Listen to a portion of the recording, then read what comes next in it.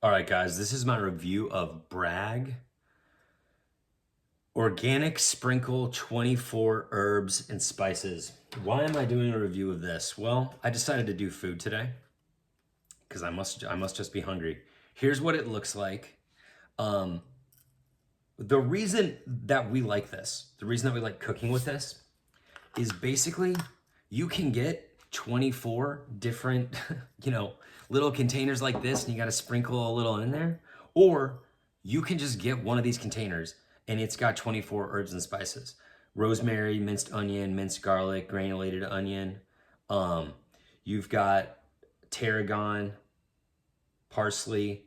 I'm not going to go over everything, but you got dill, it's got ginger, you've got a really bay leaf, turmeric. So you've got a really good balance of things that give a really good flavor to pretty much anything you're going to cook with. That's why we always have this on hand. It just saves you time and it saves you space without, from having to have all those different seasonings. If you haven't tried this before, Bragg is also the company I use for nutritional yeast.